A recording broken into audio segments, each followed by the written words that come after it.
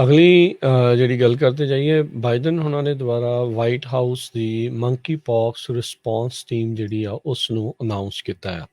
3 status ਨੇ ਹੁਣ ਤੱਕ ਮੰਕੀ ਪੌਕਸ ਵਾਇਰਸ ਦੇ ਚੱਲਦਿਆਂ ਐਮਰਜੈਂਸੀਜ਼ ਡਿਕਲੇਅਰ ਕੀਤੀਆਂ ਆ, ਜਿਨ੍ਹਾਂ ਵਿੱਚ ਕੈਲੀਫੋਰਨੀਆ, ਇਲੀਨੋਇਸ ਤੇ ਨਿਊਯਾਰਕ ਸ਼ਾਮਲ ਨੇ।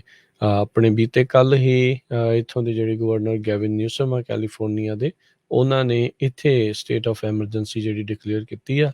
ਇੱਦਾਂ ਕਰਨ ਦੇ ਨਾਲ ਗਵਰਨਰ ਦੇ ਹੱਥਾਂ ਦੇ ਵਿੱਚ ਥੋੜ੍ਹੀ ਜਿਹੀ ਸ਼ਕਤੀ ਵੱਧ ਜਾਂਦੀ ਆ ਵੀ ਉਹ ਜਿਹੜੇ ਰਿਸੋਰਸਿਸ ਆ, ਜਿਹੜਾ ਇਨਫਰਾਸਟਰਕਚਰ ਆ, ਉਹ ਇਸ ਦੇ ਵੱਲ ਨੂੰ ਝੋਕ ਸਕਦੇ ਨੇ ਅਤੇ ਇਸ ਮਸਲੇ ਨੂੰ ਸੁਲਝਾਉਣ ਦੇ ਲਈ ਕਦਮ ਜਿਹੜੇ ਆ ਉਹ ਹੋਰ ਚੱਕ ਸਕਦੇ ਨੇ। CDC ਫੀਮਾ ਦੇ ਵਿੱਚੋਂ ਜਿਹੜੇ ਉਹ ਲੋਕਾਂ ਨੂੰ ਇਸ ਦੇ ਵਿੱਚ ਲਿਆ ਗਿਆ ਆ। ਪ੍ਰੈਜ਼ੀਡੈਂਟ ਨੇ ਰੋਬਰਟ ਫੈਂਟਨ, ਇਹ ਰੀਜਨਲ ਐਡਮਿਨਿਸਟ੍ਰੇਟਰ ਨੇ ਫੀਮਾ ਦੇ, ਫੈਡਰਲ ਐਮਰਜੈਂਸੀ ਮੈਨੇਜਮੈਂਟ ਏਜੰਸੀ, ਉਸ ਦੇ ਜਿਹੜੇ ਮੁੱਖ ਰਿਸਪੌਂਸ ਕੋਆਰਡੀਨੇਟਰ ਦੇ ਵਜੋਂ ਉਹਨਾਂ ਨੂੰ ਨਿਯੁਕਤ ਕੀਤਾ ਹੈ, ਅਤੇ ਡਾਕਟਰ ਡਿਮਿਟਰੀ ਡਸਕਾਲੀਅਸ ਉਹਨਾਂ ਨੂੰ ਡਿਪਟੀ ਕੋਆਰਡੀਨੇਟਰ ਦੇ ਵਜੋਂ ਨਿਯੁਕਤ ਉਹਨਾਂ ਨੇ ਕੀਤਾ ਹੈਗਾ। ਸੋ ਇਸ ਮੌਕੇ ਟੈਸਟ ਦੀ ਅਵੇਲੇਬਿਲਿਟੀ, ਵੈਕਸੀਨੇਸ਼ਨ ਅਤੇ ਟਰੀਟਮੈਂਟਸ ਉਸ ਦੇ ਉੱਤੇ ਜਿਹੜਾ ਉਹ ਜ਼ੋਰ ਦੇਣ ਦੀ ਕੋਸ਼ਿਸ਼ ਆ। ਆਲਰੇਡੀ ਬਹੁਤ ਸਾਰੇ ਸੂਬਿਆਂ ਨੇ ਮੰਕੀ ਪੌਕਸ ਦੇ ਜਿਹੜੇ ਵੈਕਸੀਨੇਸ਼ਨਸ ਦੀ ਮੰਗ ਕੀਤੀ ਆ, ਜਿਹੜੀ ਕਿ ਉਹਨਾਂ ਨੂੰ ਪੂਰੀ ਮਾਤਰਾ ਦੇ ਵਿੱਚ ਅਜੇ ਤੱਕ ਨਹੀਂ ਮਿਲ ਰਹੀਆਂ।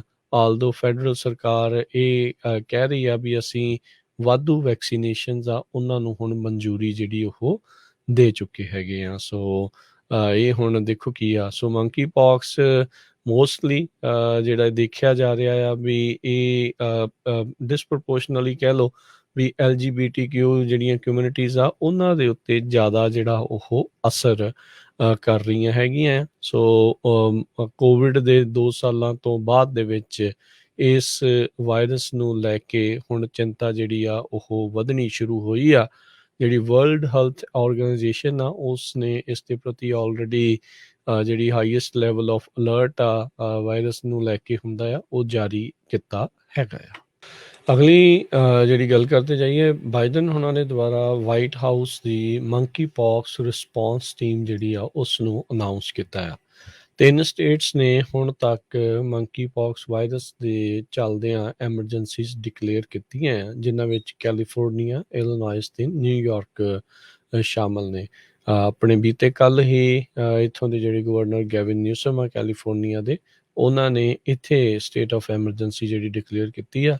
ਇੱਦਾਂ ਕਰਨ ਦੇ ਨਾਲ ਗਵਰਨਰ ਦੇ ਹੱਥਾਂ ਦੇ ਵਿੱਚ ਥੋੜ੍ਹੀ ਜਿਹੀ ਸ਼ਕਤੀ ਵੱਧ ਜਾਂਦੀ ਆ ਵੀ ਉਹ ਜਿਹੜੇ ਰਿਸੋਰਸਿਸ ਆ, ਜਿਹੜਾ ਇਨਫਰਾਸਟਰਕਚਰ ਆ, ਉਹ ਇਸ ਦੇ ਵੱਲ ਨੂੰ ਝੋਕ ਸਕਦੇ ਨੇ ਅਤੇ ਇਸ ਮਸਲੇ ਨੂੰ ਸੁਲਝਾਉਣ ਦੇ ਲਈ ਕਦਮ ਜਿਹੜੇ ਉਹ ਹੋਰ ਚੱਕ ਸਕਦੇ ਨੇ। CDC ਫੀਮਾ ਦੇ ਵਿੱਚੋਂ ਜਿਹੜੇ ਉਹ ਲੋਕਾਂ ਨੂੰ ਇਸ ਦੇ ਵਿੱਚ ਲਿਆ ਗਿਆ ਆ। ਪ੍ਰੈਜ਼ੀਡੈਂਟ ਨੇ ਰੋਬਰਟ ਫੈਂਟਨ, ਇਹ ਰੀਜਨਲ ਐਡਮਿਨਿਸਟ੍ਰੇਟਰ ਨੇ ਫੀਮਾ ਦੇ, ਫੈਡਰਲ ਐਮਰਜੈਂਸੀ ਮੈਨੇਜਮੈਂਟ ਏਜੰਸੀ, ਉਸ ਦੇ ਜਿਹੜੇ ਮੁੱਖ ਰਿਸਪੌਂਸ ਕੋਆਰਡੀਨੇਟਰ ਦੇ ਵਜੋਂ ਉਹਨਾਂ ਨੂੰ ਨਿਯੁਕਤ ਕੀਤਾ ਹੈ, ਅਤੇ ਡਾਕਟਰ ਡਿਮਿਟਰੀ ਡਸਕਾਲੀਅਸ ਉਹਨਾਂ ਨੂੰ ਡਿਪਟੀ ਕੋਆਰਡੀਨੇਟਰ ਦੇ ਵਜੋਂ ਨਿਯੁਕਤ ਉਹਨਾਂ ਨੇ ਕੀਤਾ ਹੈਗਾ। ਸੋ ਇਸ ਮੌਕੇ ਟੈਸਟ ਦੀ ਅਵੇਲੇਬਿਲਿਟੀ, ਵੈਕਸੀਨੇਸ਼ਨ ਅਤੇ ਟਰੀਟਮੈਂਟਸ ਉਸ ਦੇ ਉੱਤੇ ਜਿਹੜਾ ਉਹ ਜ਼ੋਰ ਦੇਣ ਦੀ ਕੋਸ਼ਿਸ਼ ਆ। ਆਲਰੇਡੀ ਬਹੁਤ ਸਾਰੇ ਸੂਬਿਆਂ ਨੇ ਮੰਕੀ ਪੌਕਸ ਦੇ ਜਿਹੜੇ ਵੈਕਸੀਨੇਸ਼ਨਸ ਦੀ ਮੰਗ ਕੀਤੀ ਆ, ਜਿਹੜੀ ਕਿ ਉਹਨਾਂ ਨੂੰ ਪੂਰੀ ਮਾਤਰਾ ਦੇ ਵਿੱਚ ਅਜੇ ਤੱਕ ਨਹੀਂ ਮਿਲ ਰਹੀਆਂ।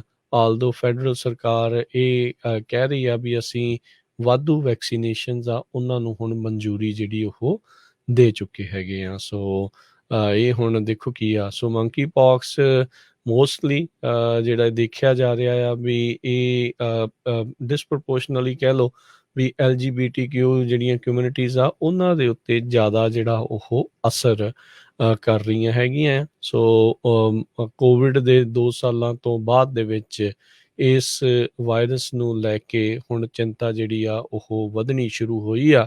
ਜਿਹੜੀ ਵਰਲਡ ਹੈਲਥ ਆਰਗੇਨਾਈਜੇਸ਼ਨ ਆ ਉਸ ਨੇ ਇਸ ਦੇ ਪ੍ਰਤੀ ਆਲਰੇਡੀ ਜਿਹੜੀ ਹਾਈਐਸਟ ਲੈਵਲ ਆਫ ਅਲਰਟ ਆ ਵਾਇਰਸ ਨੂੰ ਲੈ ਕੇ ਹੁੰਦਾ ਆ ਉਹ ਜਾਰੀ ਕੀਤਾ ਹੈਗਾ ਆ।